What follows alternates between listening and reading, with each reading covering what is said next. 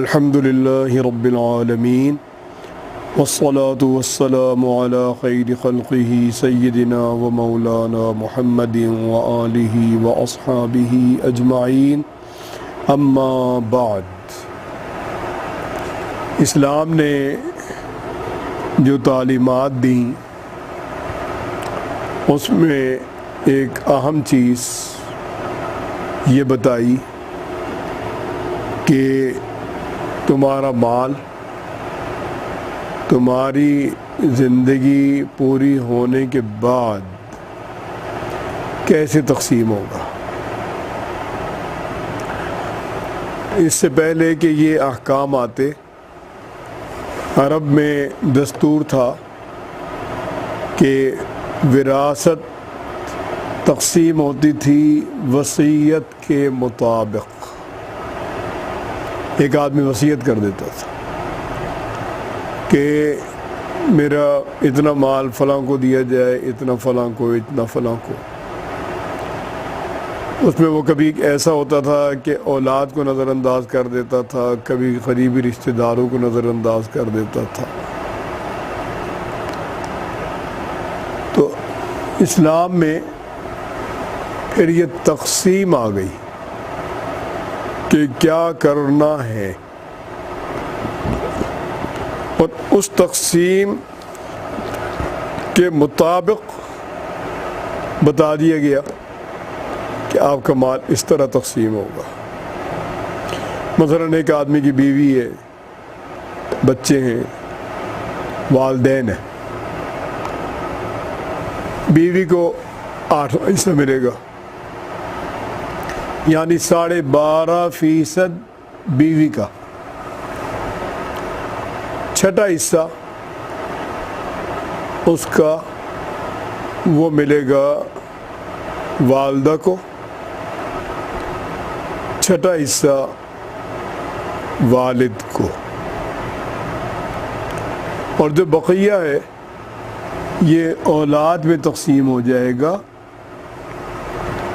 لڑکے اور لڑکیاں سب میں، مثال کے طور پر 2 بیٹے ہیں، 3 بیٹیاں، 2 بیٹوں کے 2 حصے، تینوں بیٹیوں کا 1 حصہ، تو والدین کو دے کے، اہلیہ کو دے کر، اس کے بعد جو حصہ بچتا ہے اسے 7 پہ تقسیم کر لیں گے۔ اس میں 2 حصے بیٹوں کے اور 1 حصہ تینوں بیٹیوں کا۔ اور ایک آدمی کے نہ والدین ہیں، والدین نہیں ہے، بیٹی ہے، صرف بیٹیاں ہیں، 2 ہیں، 3 ہیں، 4 ہیں، 5 ہیں، یا 1 بیٹی ہے، 1 اہلیہ ہے، باقی اس کے بہن بھائی ہیں۔ تو اگر 1 بیٹی ہے تو آدھا حصہ بیٹی کو ملے گا، 8واں حصہ بیوی کو ملے گا، اور بقیہ حصہ اس کے بہن بھائیوں کو چلا جائے گا۔ اور اگر بیٹیاں 2 یا اس سے زائد ہیں، 3 ہیں، 4 ہیں، 5 ہیں، 9 ہیں، 10 ہیں، تو 2/3 حصہ یہ بیٹیوں میں آئے گا، یعنی 66 کچھ فیصد یہ بیٹیوں کا ہوگا۔ یہ سب بیٹیوں میں برابر تقسیم ہوگا۔ 4واں حصہ، 8واں حصہ بیوی کا ہوگا، اور جو اس درمیان بچتا ہے 12.5% اور 66 کچھ فیصد نکالنے کے بعد وہ حصہ اس کے بہن بھائیوں کو چلا جائے گا، یا اگر دادا ہیں ان کو چلا جائے گا، یا اگر والد ہیں ان کو چلا جائے گا۔ تو یہ تقسیم کر دی، اور اس تقسیم پہ راضی رہنا چاہیے۔ اس تقسیم پر اس لیے لوگ عموماً راضی نہیں ہوتے. مثلا کسی کی ایک بیٹی ہے اور اولاد نہیں ہے، وہ چاہتا ہے کہ میں اپنی زندگی میں اپنی بیٹی کو سب کچھ دے دوں، تو اس میں وہ حق تلفی کر رہا ہے اپنے رشتہ داروں کی جن کا اللہ نے حصہ رکھا، یہ اس میں رکاوٹ ڈالتا ہے. 3 بیٹیاں 4 بیٹیاں ہیں، اب وہ سوچتا ہے کہ میری وفات کے بعد 2/3 مال میری بیٹیوں کو جائے گا، آگے کوئی اور وارث نہیں ہے، نہ اہلیہ ہیں، نہ والدین ہیں، نہ اور اولاد ہے. اب اس کو یہ تو ڈر ہے کہ اگر ایک بیٹی ہے تو آدھا حصہ اس کو ملے گا، باقی بھائیوں کو جائے گا، بھائی نہیں ہے بھتیجوں کو جائے گا، بھتیجے نہیں ہیں ددیال کے رشتہ داروں کو جائے گا، وہ نہیں ہے ننیال والوں کے پاس آ جائے گا. تو وہ اس کو اس حق تلفی کی خاطر وہ اپنی حیات میں اپنی اولاد کے نام کر دیتا ہے کہ کسی اور کو نہ ملے، میری بچیوں کو ملے. یہ چیز گناہ میں آ جائے گی اور جائز نہیں ہے. ہاں بعض جگہ وصیت کرنی چاہیے. مثال کے طور پر ایک شخص ہے، اس کے 5 بیٹے ہیں اور سب بیٹے صاحب اولاد ہیں. ان بیٹوں میں ایک بیٹا وفات پا جاتا ہے اس شخص کی موجودگی میں، یعنی 5 بیٹوں کے والد حیات ہیں، ان 5 میں سے ایک کی وفات ہو گئی، درا حالے کہ اس کی بیوی بچے موجود ہیں. اب جو اس کا ورثہ ہے مرنے والے کا، یہ تو اس کے بیوی بچوں کو ملے گا، اگر بیٹے بھی ہیں بیٹیاں بھی ہیں وہ ان میں آ جائے گا. والد والدہ کے نام صرف چھٹا حصہ آئے گا، یا چھٹا اور چھٹا حصہ آئے گا. اور اگر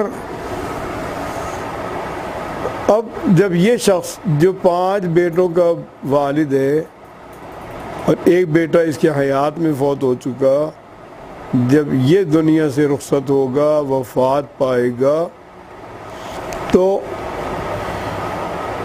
اس کے رخصت ہونے کے بعد اس کے مرحوم بیٹے کی اولاد کو اس کا ورثہ نہیں ملے گا، کیونکہ ورثہ ملتا ہے سب سے قریب کو.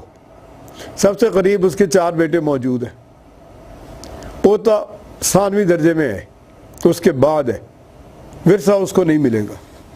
لیکن ان بھائیوں کی بھی ذمہ داری ہے، اور والد اگر چاہے تو وہ وصیت کر سکتا ہے کہ میرے مال کا 5% 10% میرے پوتوں کو پوتیوں کو دیا جائے. اور یہ جو وہ وصیت کر سکتا ہے وہ 1/3 مال تک وصیت کر سکتا ہے، یعنی کہ 1/3 وہ میرے ان پوتا پوتیوں کا ہے جن کا والد میری موجودگی میں وفات پا چکا، تو وہ دیا جائے گا، وہ وصیت نافذ العمل ہوگی. اور اگر وہ کہتا ہے کہ میرے مال کا آدھا حصہ میرے پوتا پوتیوں کو دیا جائے اور آدھا حصہ میرے وارثان کو دیا جائے، شرعی قانون میں یہ وصیت صرف 1/3 تک مؤثر ہوگی، 1/3 تک مؤثر ہوگی، بقیہ میں یہ وصیت مؤثر نہیں ہوگی. بقیہ 2/3 اسی طرح اس کے وارثان میں تقسیم ہوگا. تو اللہ تعالیٰ نے ہمیں یہاں بتلا دیا کہ ورثہ یہ لوگ ہیں، ان لوگوں کو وراثت دی جائے گی، اور وراثت صرف اس صورت میں رشتہ داری کی طرف منتقل ہوگی جب وفات پانے والے کی اولاد یا بہن بھائی یا والدین نہ ہوں. ایک واقعہ پیش آیا کہ جنگ احد میں سعد بن ربیع نامی ایک صحابی ہیں، یہ شہید ہو گئے تھے۔ ان کی شہادت کے بعد ان کا مال سب ان کے بھائیوں نے اپنے کنٹرول میں لے لیا۔ بیوہ کو اور دونوں بیٹیوں کو کچھ نہیں دیا۔ اس دور میں بیٹیوں کو کچھ نہیں دیا جاتا تھا۔ تو سعد بن ربیع کی اہلیہ حضور اکرم صلی اللہ علیہ وسلم کی خدمت میں حاضر ہوئیں اور کہا کہ یہ میری 2 بیٹیاں ہیں، ان کے والد سعد بن ربیع آپ کے ساتھ جنگ احد میں شامل تھے، شہید ہو گئے، ان کا مال ہے وہ ان کے بھائیوں کے پاس ہے، ان کے پاس اب کچھ نہیں ہے، اتنا بھی نہیں ہے کہ ہم ان کی شادیاں کر سکیں، اور اگر کچھ بھی مال نہیں ہوگا تو شادیاں بھی مشکل ہو جائیں گی۔ تو حضور اکرم صلی اللہ علیہ وسلم نے فرمایا کہ آپ چند دن بعد رابطہ کرنا۔ اس وقت تک وراثت کا حکم نہیں آیا تھا۔ پھر جب یہ آیت نازل ہوئی، ان کن نساء فوق اثنتین فلہن ثلثا ما ترک، اگر صرف بیٹیاں وارث ہیں اور 2 یا 2 سے زائد ہیں تو 2/3 مال ان کو ملے گا۔ تو حضور اکرم صلی اللہ علیہ وسلم نے سعد بن ربیع رضی اللہ عنہ کے بھائیوں کو بلایا اور کہا کہ سعد بن ربیع کا جو بھی ورثہ ہے اس کا 2/3 یعنی 66.66 یہ آپ ان دونوں بہنوں کو دو، دونوں بچیوں کو 2/3، اور 12.5% سعد بن ربیع